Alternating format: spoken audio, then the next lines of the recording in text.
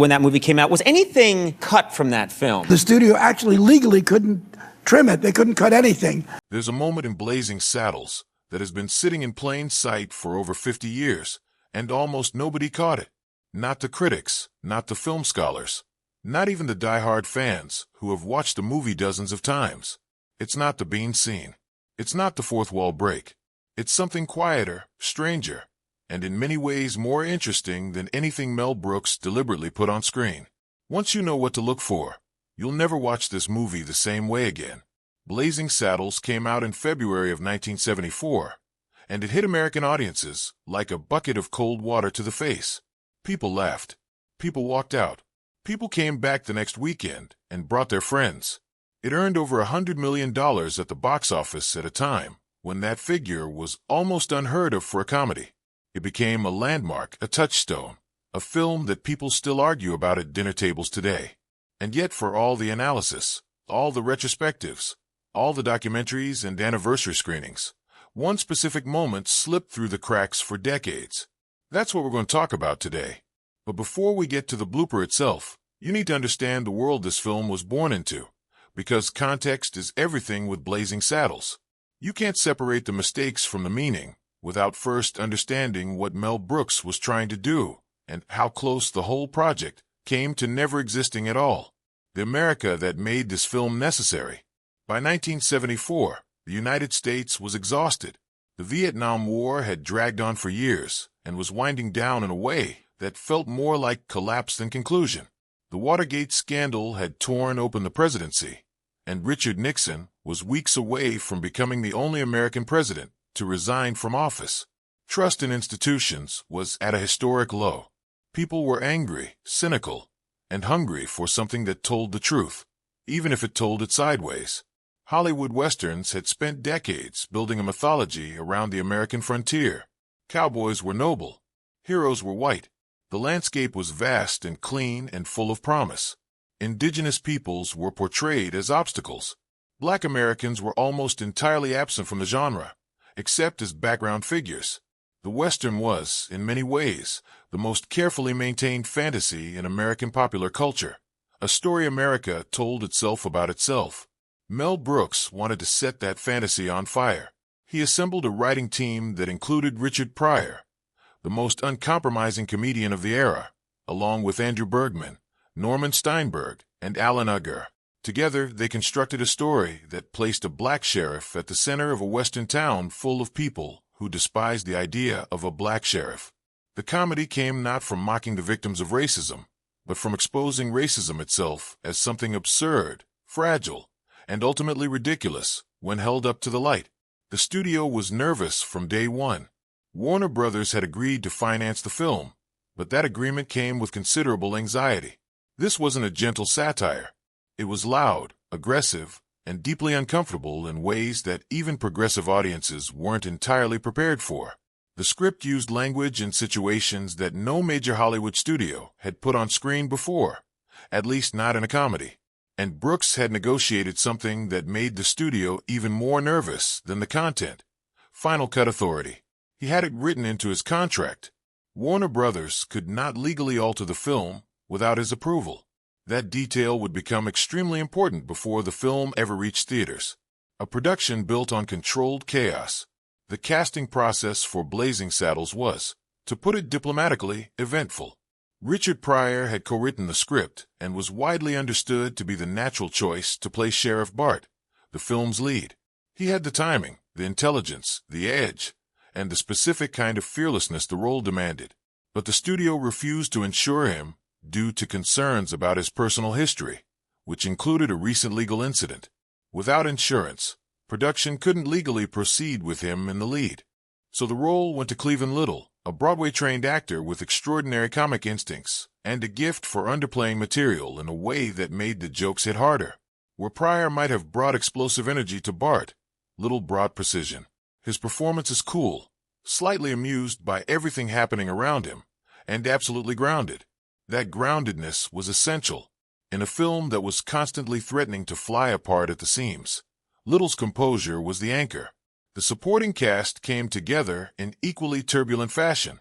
The role of the Waco Kid, a once legendary gunslinger now spending his days in a jail cell, was originally given to Gig Young, an Oscar-winning actor who seemed well-suited to the weathered, slightly wrecked quality the character required. But on the first day of filming, during a scene where the Waco Kid wakes up hungover in a cell, crew members realized Young was not acting. He was in genuine physical distress, suffering the effects of real alcohol withdrawal. Production stopped. Brooks had to make a decision immediately. He called Gene Wilder. Wilder had worked with Brooks before on The Producers, and they had a shorthand built on mutual trust. Brooks described the character over the phone in broad strokes. Wilder said yes without hesitation, flew to the set the following day, and slipped into the role as if he had always been there.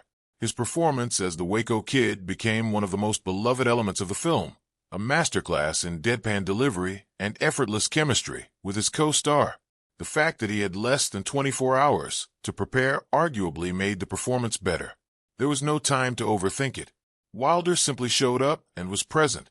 Madeline Kahn, playing the glamorous and thoroughly ridiculous Lily Von Stupp, brought an improvisational energy to her scenes that Brooks encouraged at every turn. Several of her most memorable moments came from choices she made on the day, not from anything written on the page. Harvey Korman played the villain Hedley Lamar with the kind of theatrical commitment that makes a character genuinely funny rather than simply cartoonish. He treated every scene like it mattered, which paradoxically made the comedy land harder. Brooks himself appeared in the film, playing the wildly incompetent Governor William J. Lou Pettamain, and in another scene, a Yiddish-speaking Native American chief, which we'll come back to shortly. He built a set where improvisation wasn't just tolerated but expected. Actors were encouraged to find things in the moment. If something unexpected happened, the instinct was to keep rolling rather than cut. That philosophy was baked into the entire production. It was also, as it turned out, the reason the blooper happened at all. What the studio thought, and why they were wrong. When Warner Brothers executives sat down to watch the finished cut of Blazing Saddles, the room was silent in all the wrong ways. There was no laughter. There was a great deal of shifting in seats and uncomfortable glances exchanged between people who were trying to calculate how much money they were about to lose. One executive reportedly described the film as too vulgar for American audiences. Another is said to have called it career-ending for everyone involved. Ted Ashley, the head of Warner Brothers at the time, favored a strategy of quiet, limited release. Put it in a handful of cities, see if it caught fire, and if it didn't, let it disappear without too much embarrassment. This was the studio equivalent of releasing a balloon inside a building and hoping nobody noticed. Brooks was unmoved. He had final cut authority, and he intended to use it. The film that opened in theaters was the film he wanted audiences to see, and he was certain the audience would respond in a way the studio simply couldn't predict from a screening room full of executives who had already made up their minds. He was right. The limited release exploded. Lines wrapped around city blocks. Theaters extended their runs. Word of mouth spread faster than the studio's caution could contain it. Warner Brothers scrambled to expand distribution, suddenly very eager to capitalize on the success of a film they had been prepared to bury 2 months earlier. Blazing Saddles eventually became one of the highest-grossing comedies of the decade. It earned an Academy Award nomination for Madeline Kahn. It launched Cleavon Little's film career. It cemented Mel Brooks as one of the defining comedic voices of his generation. And somewhere in the middle of all that triumph, completely unnoticed, was the blooper. The scene nobody examined closely enough. To understand the mistake, you need to understand the ending of Blazing Saddles, because the ending is unlike the ending of any other film made up to that point, and in many ways unlike anything made since. Rather than resolving the story within the Western setting, the film's climax erupts outward. The fictional town of Rock Ridge cannot contain the action, so the action simply refuses to be contained. Characters burst through studio walls, crash into a neighboring soundstage where a lavish musical number is being filmed, brawl their way through the Warner Brothers backlit, and eventually spill out onto actual Hollywood streets. It is one of the most deliberately chaotic sequences in American cinema. The message is intentional. This is a movie. It has always been a movie, and the conventions of movies are just as arbitrary and ridiculous as the conventions of the racist society the film has been satirizing for the past 90 minutes. Within this sequence, The cameras were often rolling on what was essentially a live environment. Actors were moving through real spaces. Bystanders were nearby. The production had cordoned off areas of the Warner Brothers lot, but the edges of those cordoned areas were imprecise. Things happened that nobody planned for. That's when a man walked into the shot. He is visible for only a few seconds. He's wearing a sweater. He is clearly not in costume. He is not an extra who wandered out of position. He has no connection to the film whatsoever. He was simply a person who happened to be walking past a section of the Warner Brothers lot at the exact moment cameras were capturing one of the most deliberately absurd sequences in cinema history. He walks through the frame with the calm, purposeful stride of someone who has somewhere to be and no particular awareness that he has just strolled into a movie. Brooks saw the footage. The obvious choice, the professional choice, the studio-approved choice, would have been to cut around it, reshoot the sequence, or at minimum flag it for the editing team to address. Brooks did none of those things. He watched the man walk through the shot and decided the man should stay. The reasoning, as Brooks later explained it, was straightforward. The entire point of the ending was to collapse the boundary between fiction and reality, between the movie and the world outside the movie. A random person walking through in street clothes wasn't a mistake that undermined the sequence. It was an accident that deepened it. The man became, without any intention or awareness on his part, a participant in one of the most celebrated endings in comedy film history. He has never been publicly identified. His name does not appear in any credit. He did not sign a release form or receive any compensation.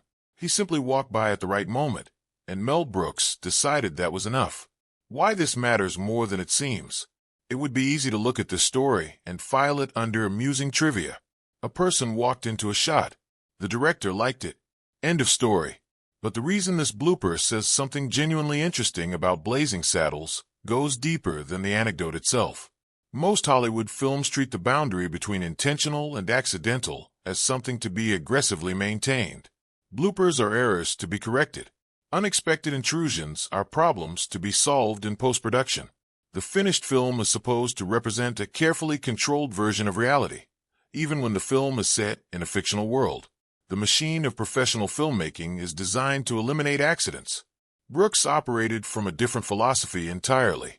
He believed, and Blazing Saddles demonstrates this across its entire runtime, that comedy lives in the uncontrolled moment. The campfire flatulence scene works partly because of the sheer commitment of the actors, and partly because of its gleeful disregard for dignity. The Yiddish-speaking Native American chief works because it's so unexpected that the audience's brains momentarily short-circuit before the laughter arrives. Gene Wilder's best moments in the film are the ones where he seems to be discovering his lines at the same instant he's saying them.